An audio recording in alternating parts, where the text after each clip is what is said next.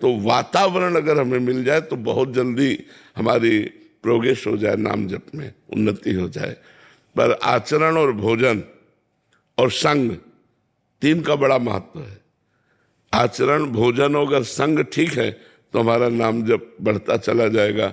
और जब श्वास श्वास पर कई कई नाम जप होने लगते हैं तब भगवत प्राप्ति की योग्यता आने लगती है।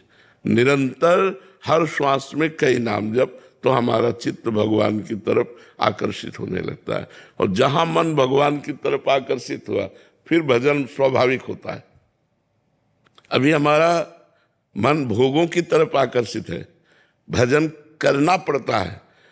फिर भगवान की तरफ जब मन आकर्षित हो जाता है तो व्यवहार के कार्य बड़ी कठिनता से होते हैं, क्योंकि मन भगवान में लगा हो तो बार बार मन भगवान की तरफ खींचता है, कुछ अच्छा नहीं लगता है। यार कब ऐसा होगा कि मैं एकांत में रात दिन भजन करूं, ऐसी मांग होने लगती है। पर चलता रहे, अभी चलते रहो, लंबे समय तक नाम जप करते रहो, वो स्थिति भगवान की कृपा से आती है। गौरख भंवर जी महाराष्ट्र से। हरे राधे राधे। राधे राधे महाराज जी। महाराज जी, बिना किसी भाव के नाम जप करने से लाभ प्राप्त प्रकट में कब होगा महाराज जी? जब पाप नष्ट हो जाएंगे। जो लाभ का स्वरूप है वो आनंद है, और जब तक हमारे पाप बने रहते हैं तब तक क्लेश रहता है, जलन रहती है, अशांति रहती है। भाव ना होने पर भी नाम अपना प्रभाव दिखाकर रहता है। जैसे अग्नि में दाहिका शक्ति है, आप श्रद्धा से छुओ तो जला देगी, अश्रद्धा से तो जला देगी, भूल से तो जला देगी, कोई छुआ दे तो वो जला देगी, क्योंकि उसमें दाहिका शक्ति है। जैसे जहर में मारण शक्ति है, भाव से पियो तो मरोगे, बिना भाव के पियो तो मरोगे, अनजान में पिला दे तो मरोगे, क्योंकि उसमें मारण शक्ति है। ऐसे ही आनंद शक्ति, तारण शक्ति, भगवान को अधीन करने की शक्ति, विविध अनंत शक्तियां नाम में विराजमान है। तो भाव, कुभाव, अनख आलसहु, नाम जपत मंगल दिश दशहु। दसों दिशाओं में उसका मंगल हो जाएगा। चाहे भाव से नाम जप करे, चाहे बिना भाव के जप करे, पर इतना जप करे कि पहले उसके पाप नष्ट हों, दुरित नष्ट हों, अनर्थ नष्ट हों, कुविचार नष्ट हों, तब सद्विचार का आनंद उसके अंदर प्रकट हो जाएगा। तो इसके लिए लंबा समय लगेगा। वो जबरदस्ती नाम जप करता रहे। समझ पाए किसका प्रश्न था? समझ पाए आप? महाराज जी, इनका एक और प्रश्न है कि नाम जप से महाराज जी प्रारब्ध बदला जा सकता है? यदि हाँ तो क्या प्रारब्ध बदलने में नाम जप खर्च होगा? हाँ, क्यों नहीं। अगर प्रारब्ध बदलने की बात सोची जाए तो भजन सब उसी में चला जाएगा, प्रारब्ध में। इसीलिए संत जन बदलते नहीं, भजन का प्रयोग भगवान की प्राप्ति में करते हैं और प्रारब्ध को भोग लेते हैं। क्योंकि शरीर तो छूटेगा ही, आज नहीं तो कल छूटे। मान लो जैसे किडनी रोग है, खराब है तो भी तभी मरेंगे, और अच्छी हो जाए तो भी तभी मरेंगे। तो जब मरना ही है तो फिर इसको भोग लेते हैं और भजन से भगवान की प्राप्ति कर लेते हैं। चतुर वही है जो भजन का सही जगह प्रयोग करे, गलत जगह प्रयोग क्यों करे? ये गलत जगह है। और भजन का प्रयोग रोग नाश, प्रारब्ध नाश के लिए, मानो ब्रह्मास्त्र का प्रयोग मच्छर मारने के लिए, दिव्य ब्रह्मास्त्र जो पूरी सृष्टि का संहार कर सकता है, मानो उसका प्रयोग मच्छर मारने के लिए किया गया हो। ऐसे भगवान नाम से भगवान की प्राप्ति, अनंत जन्मों की भटकन, पुनरपि जननम पुनरपि मरणम के चक्र को रोक देने की जो सामर्थ्य रखता है, उस भजन का प्रयोग एक जन्म के एक प्रारब्ध नष्ट करने के लिए नहीं, ये तो वैसे हुआ जैसे ब्रह्मास्त्र का प्रयोग मच्छर मारने के लिए। आदित्य कपूर जी करनाल से। गुरु जी के ठाकुर श्री राधा वल्लभ लाल की जय जय। श्री श्री हरिवंश महाराज जी। महाराज जी, जिस प्रकार आचार्य चरण हरिवंश महाप्रभु जी ने नरवाहन जी पर और चैतन्य महाप्रभु जी ने जगाई मदाई पर कृपा की, तो इसमें कृपा पात्र का पूर्व का कुछ भजन था या आचार्य जन अपनी तरफ से अहेतु की कृपा करते हैं महाराज जी?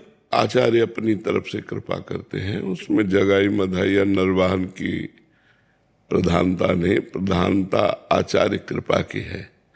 जैसे जगाई मधाई ने तो प्रहार किया नित्यानंद महाप्रभु पर नित्यानंद महाप्रभु ने अपनी तरफ से कृपा करके चैतन्य महाप्रभु के चरण पकड़े और कहा, प्रभु आपका अवतार ऐसे ही अनाधिकारियों पर कृपा करने के लिए हुआ है, आप कृपा करो प्रभु, इनकी दुर्दशा पर देखो, ये शराब पिए मतवाले हो रहे हैं, इन पर कृपा करो।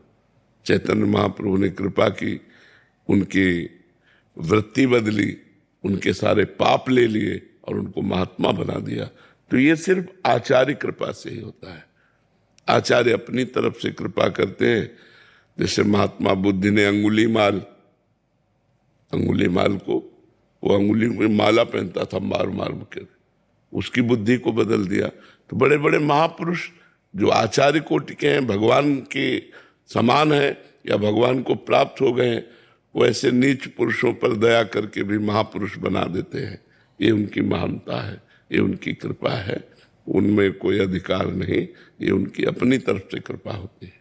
ये कृपा हमारे ऊपर भी हो सकती है? हो सकती है, पर न तुम नरवाहन हो और न अंगुली माल हो, न जगाई मधाई हो, उस कोटि के तो हो नहीं।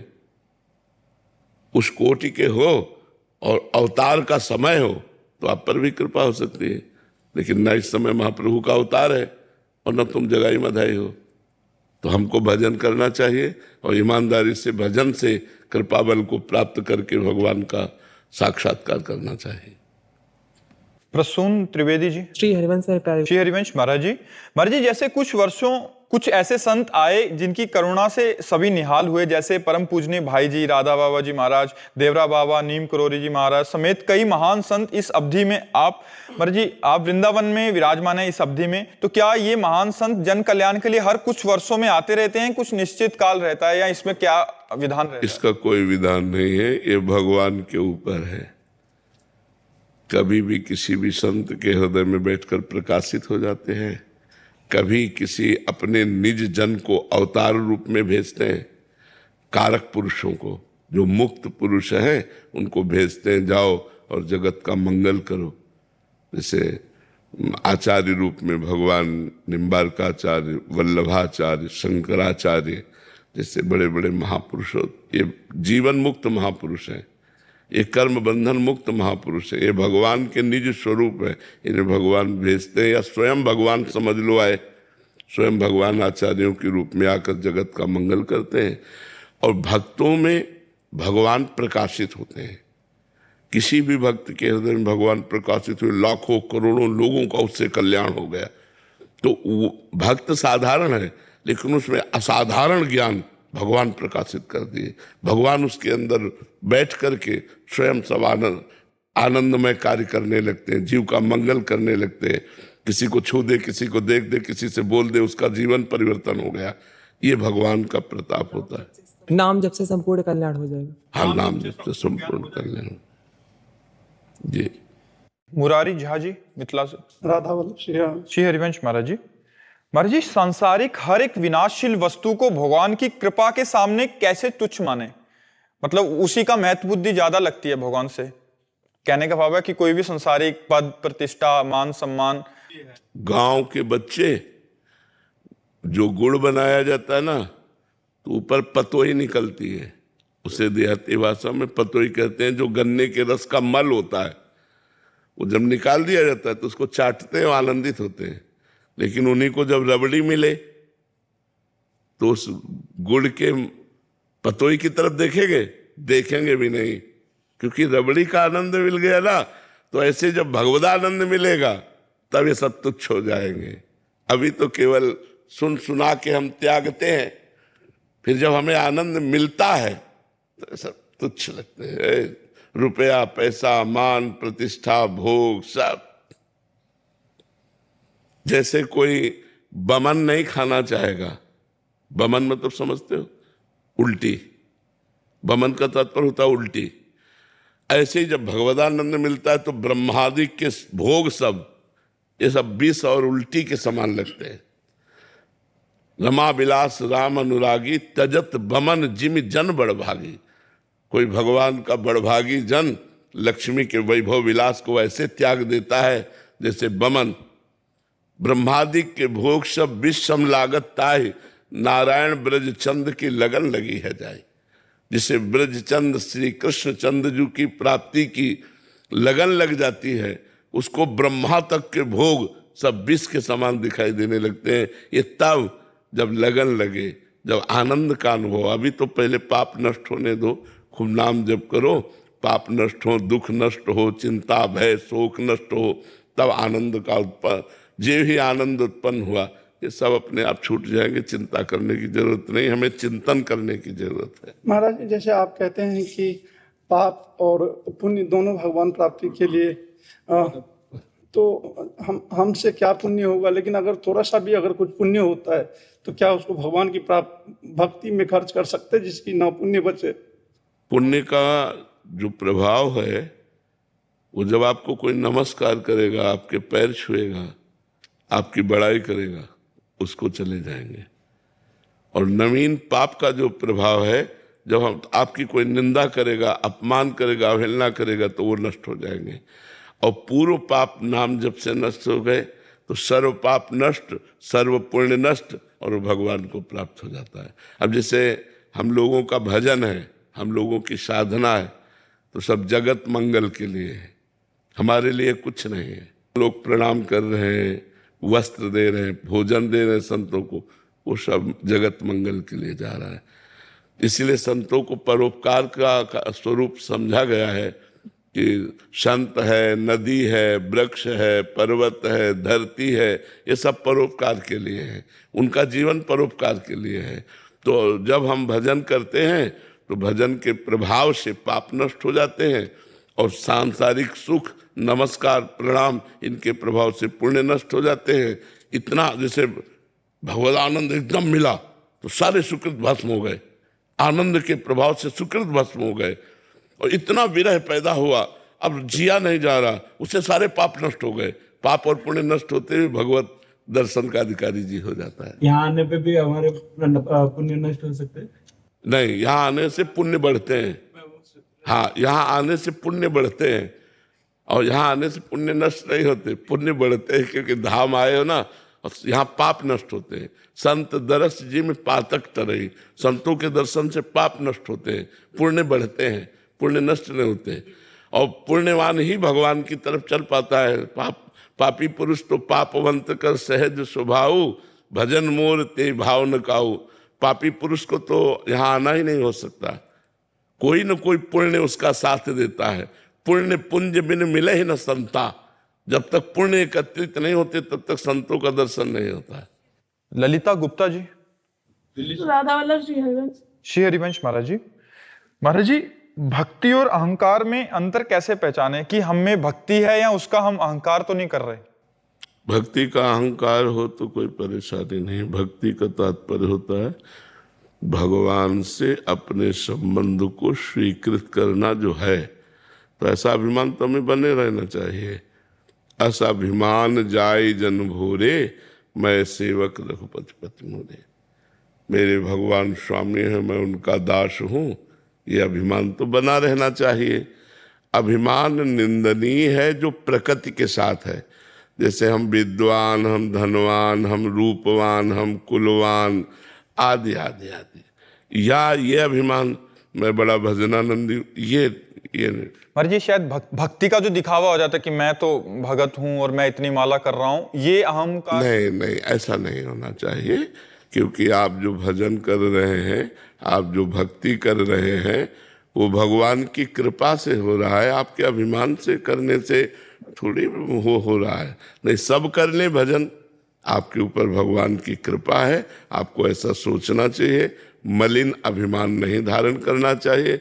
अभिमान धारण करोगे तो कुछ दिन बाद सब बंद हो जाएगा, गंदी बातें प्रकट हो जाएंगी, गंदे आचरण होने लगेंगे, भगवान की प्यारी भक्ति छूट जाएगी। ऐसा अभिमान नहीं करना, ऐसा अभिमान करना चाहिए मैं भगवान का सेवक, भगवान की हमारे ऊपर बड़ी कृपा, सब में भगवान वास करते हैं, ऐसे प्रणाम। तो ऐसे आपकी भक्ति बढ़ेगी। श्री राम में सब जग जानी, करो प्रणाम जोरी जुग पानी। और अपने को ऊंचा दूसरे को नीचा समझोगे तो वो भगवान का ही अपमान है, जिससे आपकी भक्ति फिर अंतर ध्यान हो जाएगी, फिर भक्ति नहीं टिकेगी। भक्ति दैन्य में टिकती है, अहंकार में भक्ति नहीं टिकती है। अहंकार बहुत खतरनाक है, इसलिए अहंकार छोड़ देना चाहिए। भगवान की कृपा से भजन हो रहा है, ऐसा सोचना चाहिए। रजनी जी चंडीगढ़ से। राधे राधे। राधे राधे महाराज जी। महाराज जी, अगर हम किसी को मानसिक चोट पहुंचाने पर उससे माफी मांग लें और तो वो कह दे कि हमने तुम्हें माफ कर दिया, तो इससे महाराज जी हम दोष से मुक्त हो जाएंगे? हाँ, मुक्त हो जाएंगे। अगर वो ये भी कह रहा है कि हम नहीं माफ करेंगे, और आपने अंदर से जलन युक्त होकर दुख अनुभव करते हुए कि हमसे गलती हो गई, तो माफ हो गया, वो माफ करे या ना करे।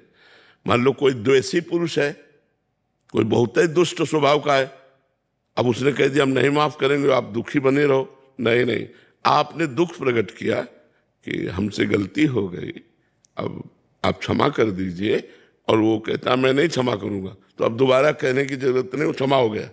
वो आपके अंदर जो प्रायश्चित पश्चाताप हुआ उसी से हो गया। आप उस अपराध का प्रायश्चित जो आपके हृदय में पश्चाताप हुआ उसी से हो गया, दोबारा उससे कहने की जरूरत नहीं। वो अगर दुष्ट स्वभाव का हुआ तो दुरुपयोग कर लेगा, इस बात का दुरुपयोग करेगा। प्रियांशु जी। राधे राधे महाराज। महाराज जी, क्या अपने कर्तव्य पालन करने के उसमें अपनी भागवतिक दिनचर्या त्याग करनी पड़े तो हम कर सकते हैं? हाँ, कर सकते हैं, कर सकते हैं। मान लो आपके किसान आदमी सुबह से पानी लगाना है उसे, तो अब सुबह से वो माला लेके बैठे कि पानी लगावे, तो पानी लगाने जाए और वहीं राम राम कृष्ण कृष्ण हरि हरि नाम जप करे, और जब उसको पानी खेत में लग जाए तब फिर पूजा आके घर में कर ले। गृहस्थी में पूजा के समय को विभाजित किया जा सकता है। जैसे अब किसी की रात्रि में ड्यूटी है, वो सुबह 4 बजे कैसे उठेगा? क्योंकि वो 4 बजे तो आया है। अब वो नहा धो के तो पूजा थोड़ी करेगा, वो तो चक्क सोएगा 2-4-6 घंटे। वो जब जगे तब सुबह, रात्रि की ड्यूटी कर रहा है, वो जब जगे तब सुबह, वो जब उसे समय मिले तब। गृहस्थी में अच्छा मान लो माताएं बहनें हैं, अब सुबह उठे, अब बच्चे को स्कूल जाना है, पति को ऑफिस जाना है या नौकरी करना है, अब वो पूजा विस्तार में बैठी है, उनका टिफिन नहीं तैयार है, ये गलत है। पहले टिफिन तैयार करो, उनको खवाओ पियाओ, उनको भेजो, फिर पर्दा हटाओ, जब सब चले गए अब पूजा करो। गृहस्थी में पूजा के लिए समय का विभाजन देखना है कि हमारे परिवार का कर्तव्य पहले पूरा होना चाहिए। अब बच्चा स्कूल में भूखा रहे और इधर ठाकुर जी को भोग लगा रहे हो, पति ऑफिस में भूखा रहे इधर ठाकुर जी को भोग लगा रहे हो, ये नहीं। उनके लिए टिफिन पहले तैयार करो और फिर ठाकुर जी को भोग लगाओ, फिर ठाकुर जी को अपनी दिनचर्या और सेवा पूजा करो गृहस्थी में। क्योंकि पति में ठाकुर जी, पुत्र में ठाकुर जी, ऐसी भावना हमें करनी। हमारे पुत्र में भी तो भगवान ही पाते हैं। सबके उदर का जो भगवान अन्न पचाते हैं तो स्वयं भगवान पचाते हैं। अहम वैश्वानरो भूत्वा प्राणी नाम देहमाश्रिता, मैं समस्त देहधारियों के उदर में वैश्वानर अग्नि रूप से विराजमान हो।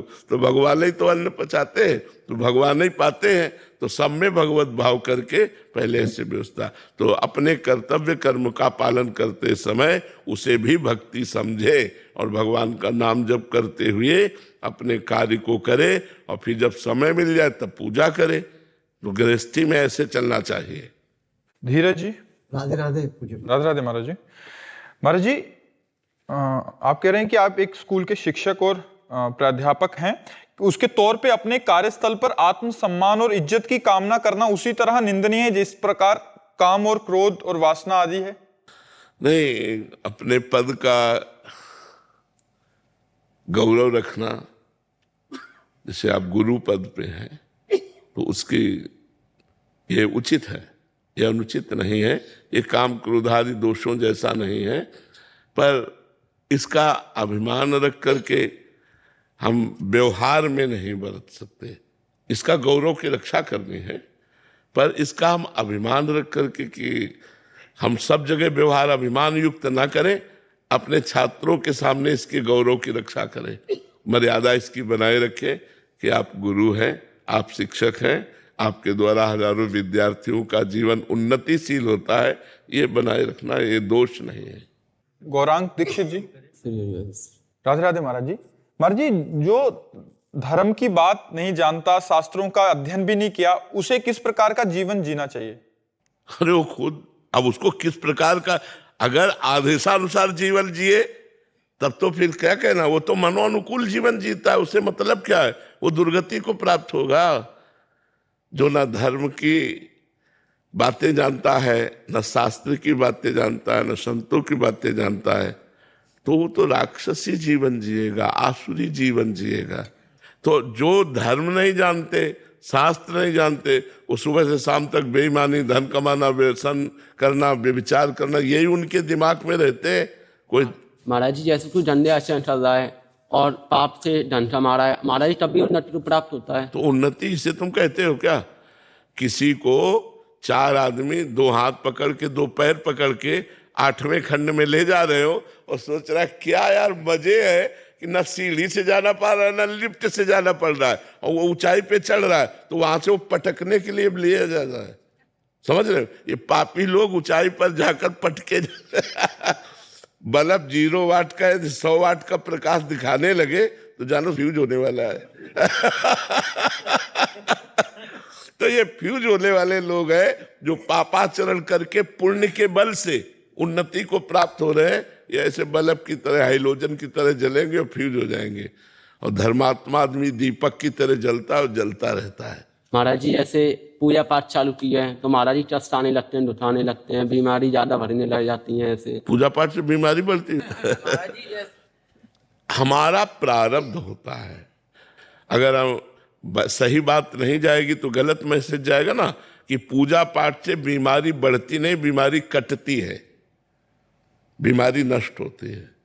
अगर हम पूजा पाठ ना करते होते तो सैया में पड़े होते, और पूजा पाठ कर रहे हैं तो एकदम स्वस्थ हैं, एक अपनी दिनचर्या चल रही, अपना आनंद से हैं। हमारे पाप कर्म का फल आया और पूजा पाठ ने उसे बहुत सुव्यवस्थित भोगवा रहे हैं। हाँ, बहुत सुव्यवस्थित। तुम जो कहना चाहते हो कि पूजा पाठ जो है डाउन करता, नहीं, पूजा पाठ डाउन नहीं करता, पूजा पाठ उत्साह और बल प्रदान करता है। ये हमारे प्रारब्ध कर्मों के अनुसार है कि हम पूजा शुरू की और दुख आ गया, वो नंबर आ गया। वो पूजा का फल नहीं है, वो आना ही था, उसको आना ही था, और संयोग से उसी दिन से पूजा हो गई।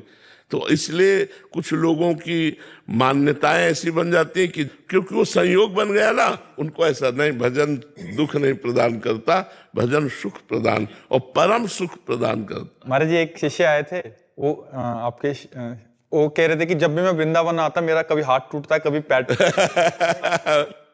ऐसा नहीं है। कभी कभी ऐसा होता है कि बहुत बड़े दुख को जब आपका बड़ा पुण्य बनता है तो छोटे में निपटा दिया जाता है। तो जैसे आप वृंदावन आए, आपका हाथ टूट गया, तो मानो आपकी सैकड़ों हड्डियां टूटनी थी शरीर के एक्सीडेंट में, अब वो एक हाथ टूट करके आपका सब सही हो गया। एक बचपन से महात्मा भजन करते थे, बचपन से महात्मा थे, तो जब 50 साल के लगभग थे तो गंगा किनारे वो बैठकर अपने शालिग्राम भगवान को स्नान कराने जा रहे थे कि 90 लोग तलवार भाला लेकर के घेर लिया, ऐसे ही मनोरंजन में। तो अब वो 90 लोग मारने के लिए, तो महात्मा ने कहा 2 मिनट का टाइम दे दो, 90 लोग हम कहीं भाग के तो जाएंगे नहीं, मार तो डालोगे, 2 मिनट टाइम दे दो, हम अपने ठाकुर जी से बात कर लें।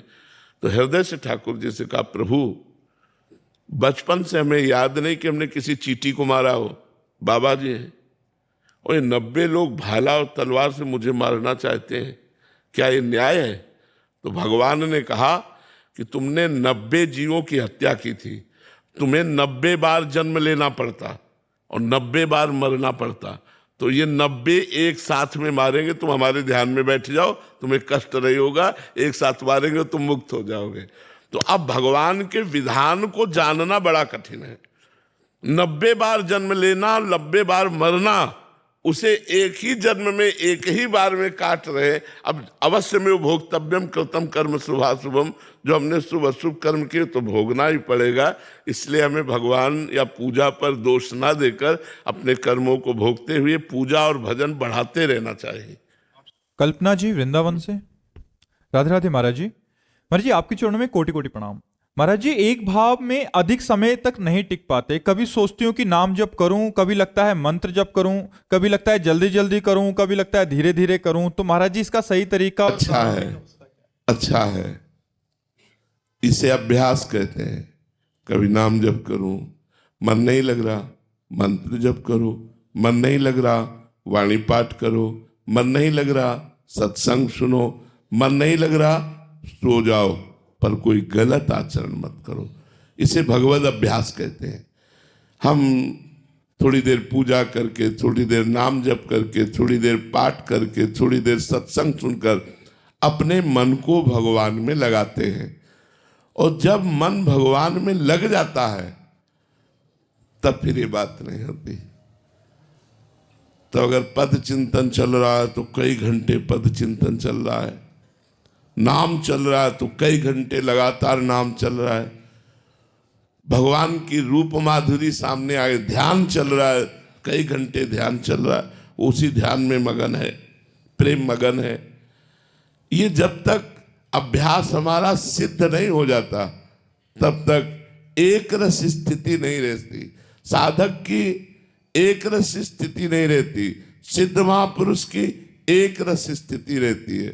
जो रहे सदा ज्ञान एक रस, तो ईश्वर जीवे भेद कहो कस। जो जीवत्व को मिटाकर अपने आत्मस्वरूप भगवान में स्थित हो चुके हैं वो एक रस रहते हैं, और जो देहाभिमानी मन और इंद्रियों के द्वारा विषयों का 5 विषय है जिसमें पूरी सृष्टि के भोग हैं, शब्द स्पर्श रूप रस गंध, जो इन 5 पर आसक्त चित्त होकर के रह रहे हैं उनकी बात नहीं। जो भगवान में आसक्त चित्त हो गए, इन विषयों से वैराग्य को प्राप्त हुए, वही महान है, उसी का जीवन धन्य है, उसी का सब कुछ सार्थक है। नहीं तो हमारी बात अच्छे से समझ लो, जो भगवान से विमुख होकर भोगों का सेवन कर रहे उनका जीवन बिल्कुल व्यर्थ जा रहा, पछताना पड़ेगा, क्योंकि ये मनुष्य जीवन की श्वासें बड़ी कीमती है, और इन श्वासों को व्यर्थ चिंतन में, व्यर्थ वार्ता में, तो ये बहुत बड़ी हानि की विषय। तो हमारा मन कम से कम भगवान में ही जाए, नाम में जाए, मंत्र में जाए, रूप में जाए, लीला में जाए, धाम में जाए, भोगों में ना जाए। हमको ये अभ्यास करना है कि हमारा मन, मान लो हम तो ऐसा प्राय साधकों से कहते हैं कि जब मन मंत्र में ना लगे तो छोड़ो, नाम जप शुरू कर दो। राधा वल्लभ सिंह हरिवंश, राधा वल्लभ सिंह, इसमें भी नहीं लग रहा, छोड़ो, राधा राधा राधा राधा राधा।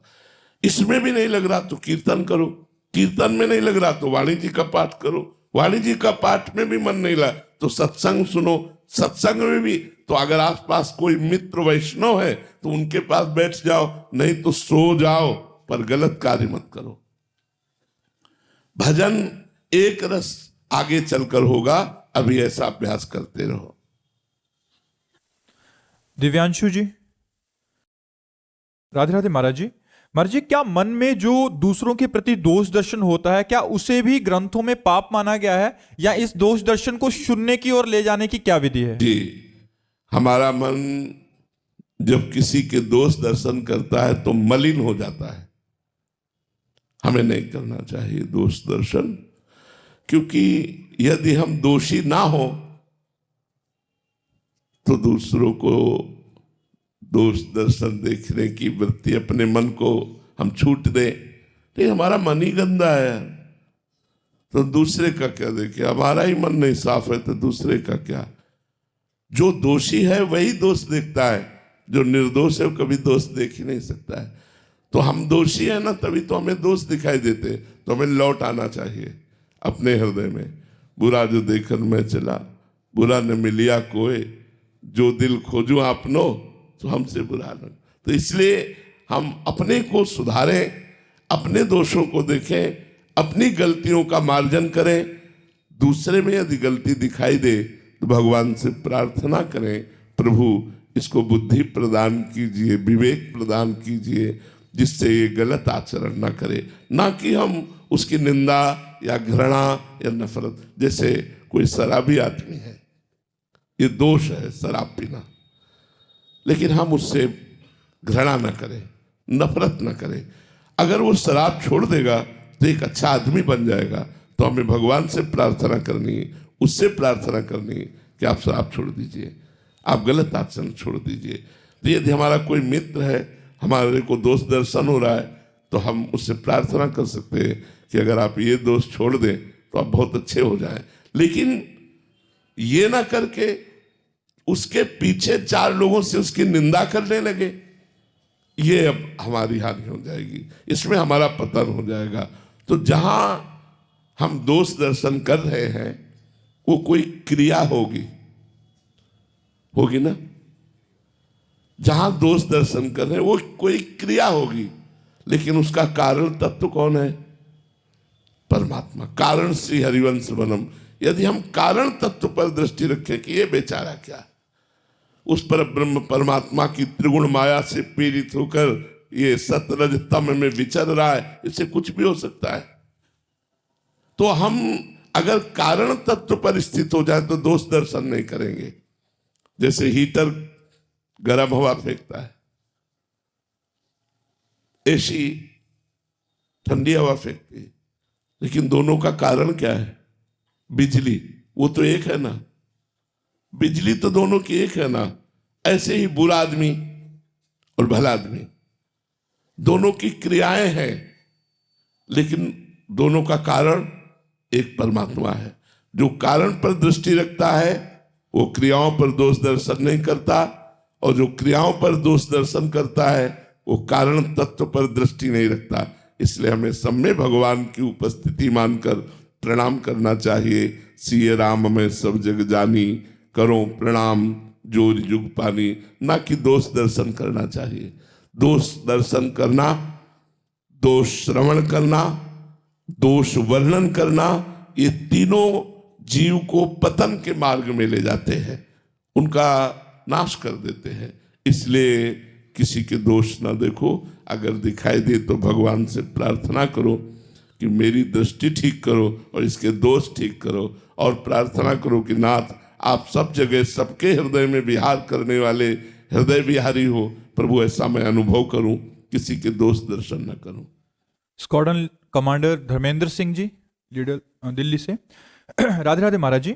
महाराज जी, कई बार ऐसा होता है कि मैं करना कुछ चाहता हूं और होता कुछ है, तो ऐसे में दुविधा आती है कि क्या कर्म की स्वतंत्रता मनुष्य में खुद के नहीं है, अथवा सब कुछ पहले से निमित्त है? महाराज नहीं, पहले निश्चित है शुभ और अशुभ का फल। अच्छे से समझना, शुभ माने पुण्य, अशुभ माने पाप। हमें जो अब मिलेगा बिना किसी जानकारी के, दुख या सुख, वो पूर्व प्रेरित होगा। हमारे पूर्व के कर्म जो पुण्य है उनसे सुख मिलेगा, और जो पाप है उनसे दुख मिलेगा।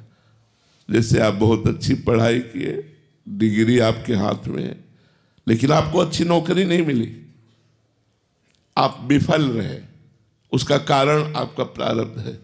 वर्तमान में तो आपने प्रयास बहुत अच्छा किया, लेकिन प्रारब्ध बुरा होने के कारण वो आपको लाभ नहीं मिल पाया। तो जो भाग्य है वो 2 ही फल देता है, सफलता असफलता, जय पराजय, सुख दुख, ये फल देता है।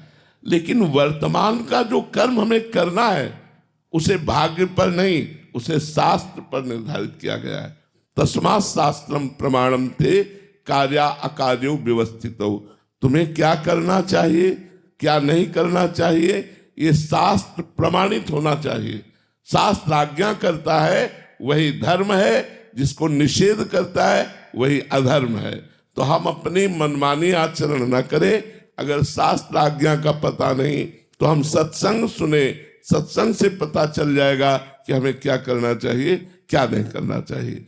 और आंतरिक बात, आपके मन में 2 बातें आती हैं, उनमें से कौन बात चयन करनी है? यदि 1 मिनट रुक करके भगवान से पूछोगे तो अंदर से उत्तर आ जाएगा, ये नहीं करना, ये करना है। पर अंदर की बात सुनना पता होना, अंदर की बात सबको आती है। जैसे कोई गलत करे तो अंदर से आता मैं गलत हूं, गलत कर रहा हूं, मुझे नहीं करना चाहिए।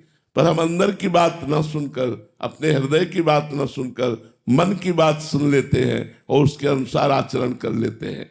तो जहां दुविधा हो वहां 1 मिनट रुको, अपने अंतर्यामी हृदय में विराजमान प्रभु से प्रश्न करो, उत्तर मिल जाएगा।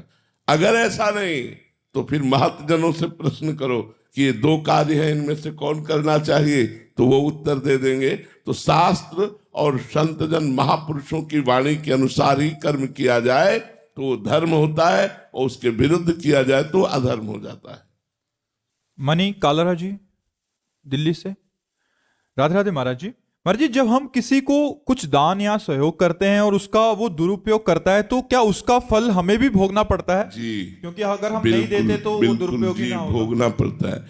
इसीलिए हमने कई बार एकांतिक में प्रार्थना की है, भोजन सबको दे दो। सर्दी लग रही है, आप सर्दी से जाओ, अपना कोट उतार के दे दो, स्वेटर उतार के दे दो। बीमार पड़ा हुआ है, तड़प रहा है, दवा की जरूरत है, आज आप भोजन छोड़ दो, उसे औषधि करा दो। लेकिन पैसा बहुत संभाल के दो। किसी को पैसा देना है तो पहले देखो कि हमारे पैसे का सदुपयोग होगा कि नहीं। हम पैसा दे रहे हैं सत्कार्य के लिए और ये गलत कार्य करे तो फिर उसका भागीदार हम होंगे। तो इसलिए धन जहां दान की बात आती है वहां पात्रता की बात आ जाती है कि वो पात्र है कि नहीं दान का, जो हम धन दे रहे। अगर धन हम ऐसे मनमानी बांटेंगे तो हमें बहुत संभल के भोजन सबको दे देना है। सर्दी पड़ रही, उसकी निवृत्ति के लिए जरूरत पड़े तो अपनी जैकेट भी उतार के दे देंगे।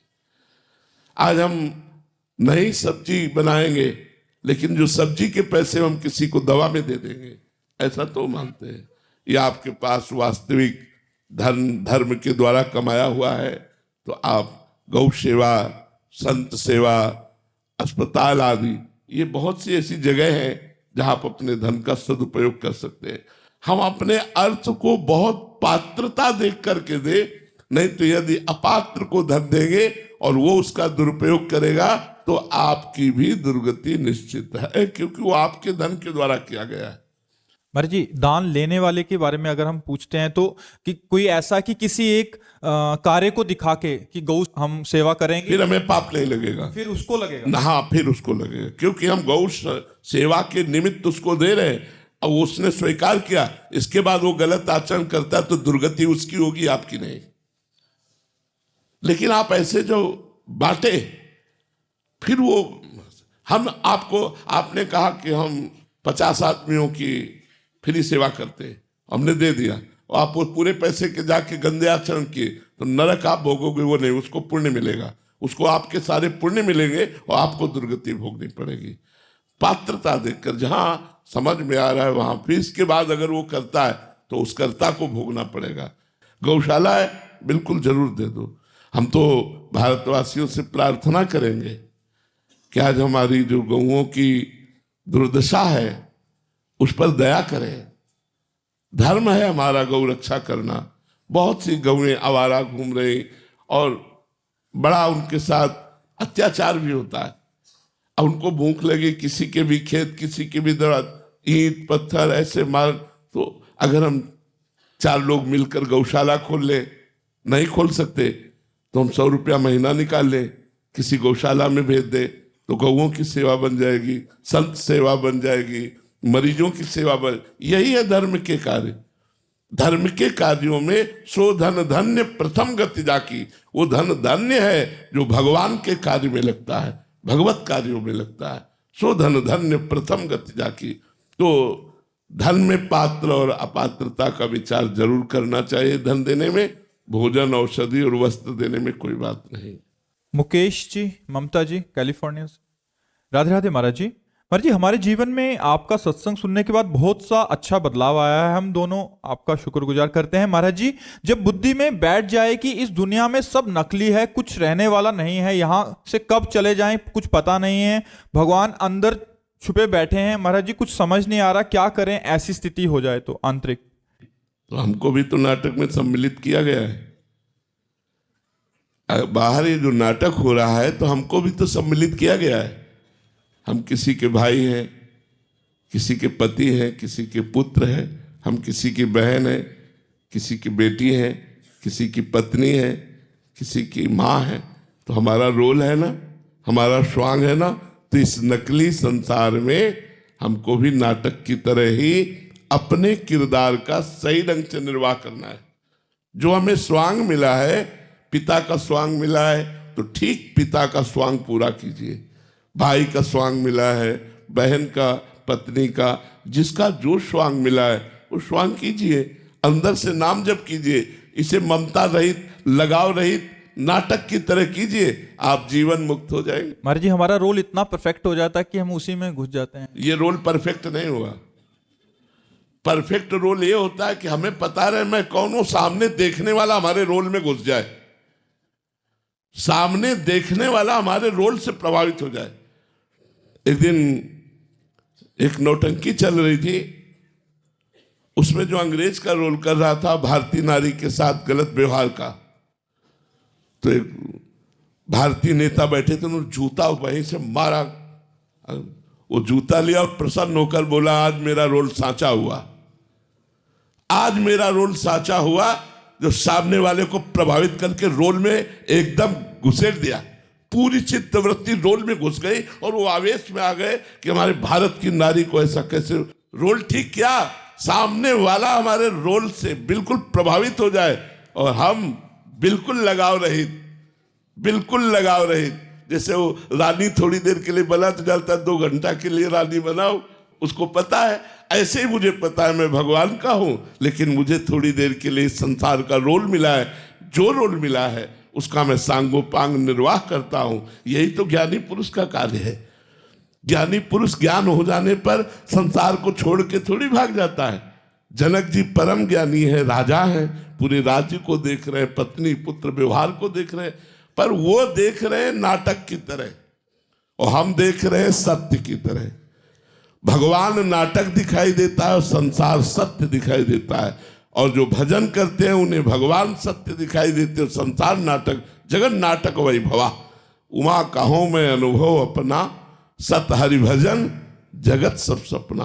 तो इस जगन नाटक वैभवा में हमको जो रोल मिला है उससे हम निर्वाह करें और खूब नाम जप करें प्रसन्न मुद्रा में। जैसे कोई व्यक्ति हमसे मिल रहा है, आइए जी आइए, राधे श्याम, आप ठीक हैं, आप अच्छे हैं। वो बड़ा खुश हो गया इतनी बात से, और हम अपने प्रभु से पूछ रहे हैं, आइए आइए, आप ही सब रूपों में हो।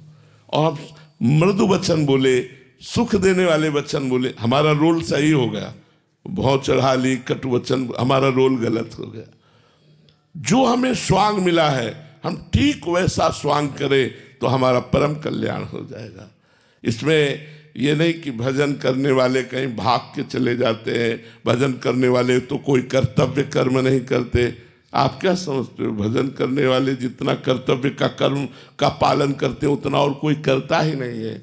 इसलिए आपको यदि ज्ञान हो रहा है जगत झूठा है, जगत नाटक है, तो इस नाटक में मेरा भी रोल है। हम अपने रोल को करते हुए भगवान का स्मरण करें, यही सच्चा ज्ञान है। आशीष जी बहुत महाराज जी, गुरुदेव भगवान, प्रेम क्या है और काम क्या है और दोनों में अंतर क्या है महाराज जी? सच्चिदानंद भगवान का जो हृदय है वो प्रेम है। प्रेम प्रतिक्षण वर्धमानम है, काम प्रतिक्षण नाश को प्राप्त होता है। प्रेम भास्कर के समान प्रकाशक है, काम रात्रि के समान अंधकार में है। प्रेम पूर्ण तृप्त है, लोग परलोक के किसी भोग की आकांक्षा नहीं, और काम सदा अतृप्त है। कामना बढ़ती रहती है, कभी पूर्ति नहीं होती। काम शरीर में फांसता है, प्रेम भगवान को अधीन कर लेता है। काम हृदय को दूषित करता है, प्रेम हृदय को पवित्र कर देता है। कामना रहितम गुण रहितम प्रतिक्षण वर्धमानम सूक्ष्मतरम अनुभव स्वरूपम। प्रेम प्रेम है। काम दुर्गति कराता है, प्रेम सदगति कराता है। काम भगवान का विरोधी भाव है। जहां राम तहां काम नहीं, जहां काम नहीं राम। जहां काम का खेल है वहां भगवान का प्रेम, भगवान की भक्ति, भगवान की महिमा नहीं प्रकाशित होती। और जहां भगवान की भक्ति, भगवान की नाम रूप लीला धाम महिमा, वहां काम नहीं है। काम निषेध है, प्रेम परम विधि है। काम पर विजय प्राप्त करके ही प्रेम को प्राप्त किया जाता है। और जिसे प्रेम प्राप्त हो जाता है, भगवान उसके अधीन हो जाते हैं। इससे बढ़कर और क्या बात है? बात समझ में आ रही? काम इंद्रियों से भोगा जाता है, प्रेम स्वयं से होता है। काम इंद्री, एक इंद्री जन्म का सुख है, प्रेम स्वयं का सुख, ये आत्म सुख है। प्रेम आत्मा हमारी, प्रेम आत्म सुख है जी। श्री राधा वल्लभ लाल की जय। संध्या यादव जी कानपुर से। राधा वल्लभ श्री हरिवंश। श्री हरिवंश महाराज जी। महाराज जी, आप कह रहे हैं कि आपको ब्रज 84 कोस पद यात्रा का सौभाग्य प्राप्त हो रहा है। महाराज जी, आप जानना चाहते हैं कि इस यात्रा का उद्देश्य क्या है और इसमें हमें किन नियमों का पालन करना चाहिए? इस यात्रा का उद्देश्य रखना चाहिए प्रिया प्रीतम की प्राप्ति। प्रिया प्रीतम प्रसन्न हो, श्री कृष्ण प्रसन्न हो, श्यामा जी प्रसन्न हो और अपने चरणों का प्रेम प्रदान करें। और वैसे इसकी महिमा है कि ब्रज 84 कोश की जो यात्रा पूर्ण कर लेता है नंगे पैर और अपराध ना बने, अपराध है निंदा न करे किसी की। अपने दाहिने ओर ब्रज क्षेत्र रहता है तो बाएं ओर ही मलमूत्र का त्याग करे, थूक आदि का त्याग करे। दाहिनी तरफ मलमूत्र और थूक आदि का त्याग न करे। दूसरा, किसी भी ब्रजवासी को कटु भाषण न बोले। ऐसे भगवान भिड़ा देते हैं, ऐसे ही रहना है ब्रज क्षेत्र में ऐसे। तो ब्रजवासियों का अपराध न करे। और ब्रज की यदि 84 कोस की परिक्रमा कर ली जाए तो 84 लाख योनियों से मुक्ति मिल जाती है। ऐसा महापुरुषों का कथन है कि अगर नंगे पैर ब्रज 84 कोस की यात्रा भगवान का स्मरण करते हुए की जाए, बड़े दैन्य भाव से, कोई अपराध न बने, तो 84 लाख योनियों से मुक्ति मिल जाती है। 84 लाख योनियों में फिर नहीं जाना पड़ेगा, भगवान श्री कृष्ण की कृपा प्राप्त हो जाती है। 84 कोस बड़ी महिमा में, ये भगवान का परम धाम है ना। और हर क्षेत्र में कुछ न कुछ भगवान की लीला हुई है।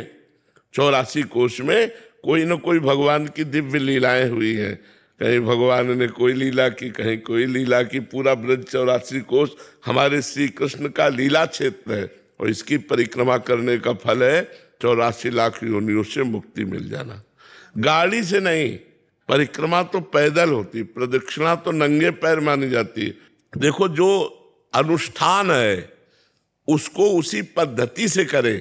अच्छा, ब्रज 84 को परिक्रमा दे रहे हो, आप देखो नंगे पैर चल के तो थकान लगती है। अगर 10 किलोमीटर सुबह और 10 किलोमीटर शाम के चले, 20 किलोमीटर रोज चले तो 84 कोस कितने दिनों में होगा? पहले 84 कोस के किलोमीटर विभाजन करो, 250 किलोमीटर।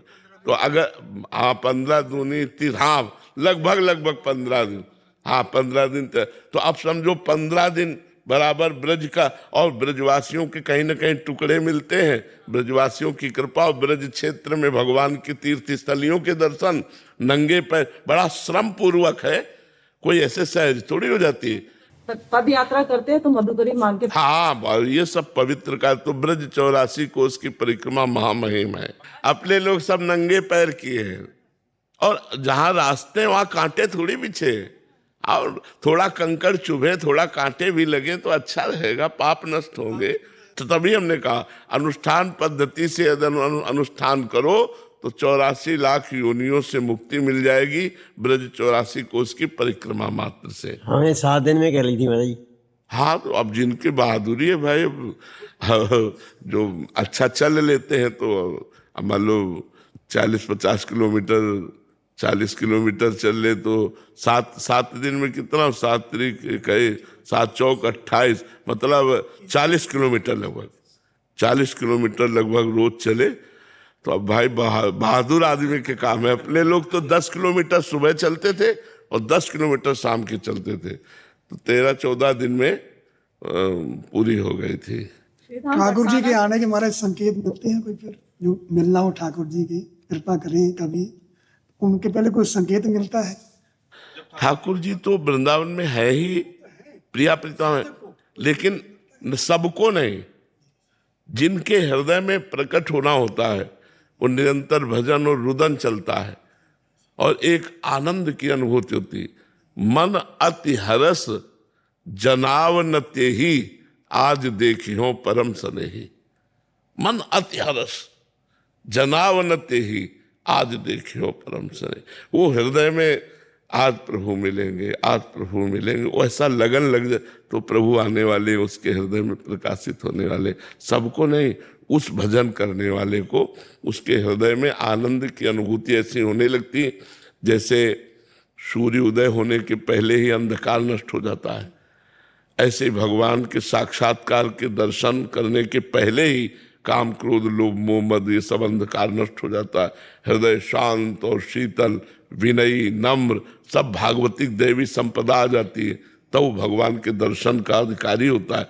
तब उसको अनुभव होने लगता है कि भगवान आने वाले हैं, हमारे हृदय में प्रकाशित होने वाले। वो अनुभव होता है, उसी उपासक को अनुभव होता है जो उपासना में रहता है। सबको अनुभव नहीं होता। और प्रगट सपने में आते हैं। ऐसा भी भगवान कर सकते हैं कि अगर अभी उसका चित्त पूर्ण लुभायमान नहीं हुआ तो स्वप्न में भगवान के शिव विग्रहों के दर्शन, तीर्थों के दर्शन, संतों के दर्शन, ये स्वप्न में थोड़ा भी साधना करे तो ये आने लगते हैं। जैसे स्वप्न में भगवान के दर्शन हैं विग्रहों के, लेकिन हम तुम बातचीत जैसे कर रहे हैं ऐसे भगवान के स्वप्न में दर्शन होना कि भगवान, जैसे कि भगवान आए, हमसे बातचीत किए, हमसे मिले, गले लगे स्वप्न में ही, ये महान बात है। हाँ, ये महान, हाँ ये महान बात है, ये महान बात है। ये साधारण बात नहीं है, ये महान बात है कि भगवान स्वप्न में ऐसे आए और बातचीत की, मुस्कुराए से, और श्री विग्रह में दर्शन, ये एक अलग कोटि की बात हो गई। और साक्षात ऐसे स्वप्न में साक्षात्कार की तरह दर्शन, ये बहुत उच्च कोटि की बात हो गई।